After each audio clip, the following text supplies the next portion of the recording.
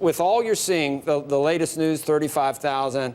I don't know about production bottlenecks or what we might foresee, but where do you think Tesla is right at this point in time? Because they've made some great strides in the past that maybe you didn't really think were going to be possible. Well, I think they're facing a great deal of difficulty because it's obvious that they had to cost reduce the Model 3 in order to have some sort of margin on it at 35,000 a piece. And at 35,000, I doubt that there is much in the way of profitability in there. And if your costs are almost as high as your revenue, then it doesn't really add to cash availability.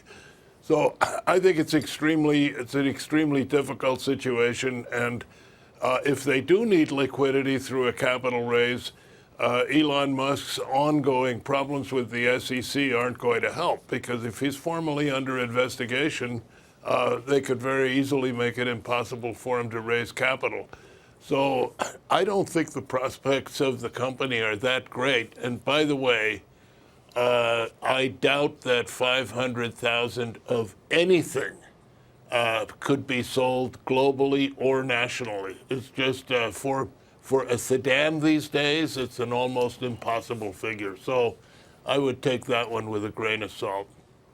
In college debating, you can be given either side, and I think that I could do that with Tesla. I mean, the people that are bullish on it, like a Ron Barron, someone like that, I mean, they point to things that the way this gentleman is changing the whole way we think about cars and think about how we make cars and everything and sell cars, and it's pretty incredible. Then I think about where you might be in terms of, the legacy automakers that should be, have lots of cash and lots of expertise. Why can't, there's no moat necessarily around Tesla at this point? So, well, look, but all of this that Tesla is reinventing the car, I challenge that.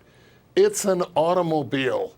It's an automobile that happens to be fueled with batteries rather than gasoline. Everybody's doing that now, so there's nothing unique.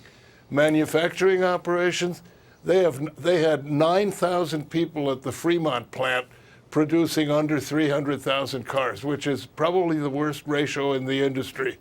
And as for the so-called distribution model, Musk just announced that they're backtracking on that. I always said it was totally ridiculous to own your own dealerships. You own the real estate, you own the people, you own the new car inventory, you own the used car inventory.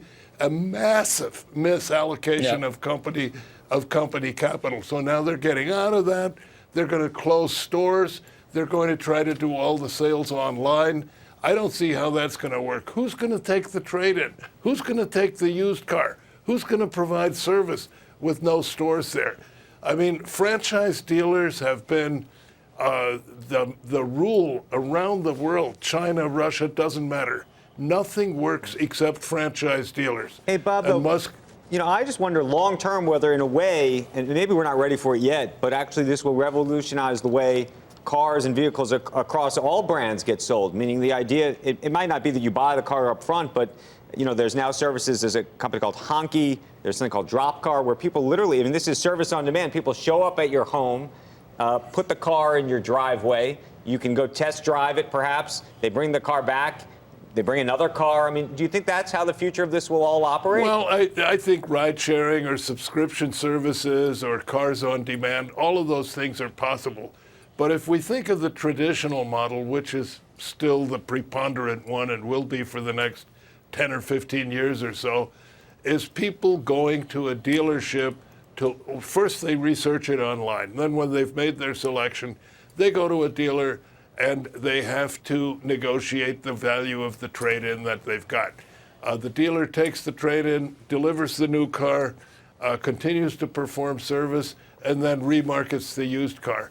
If it's online, who's going to remarket the used car? Who's going to evaluate it? Who's going to make sure that it's checked and meets requirements?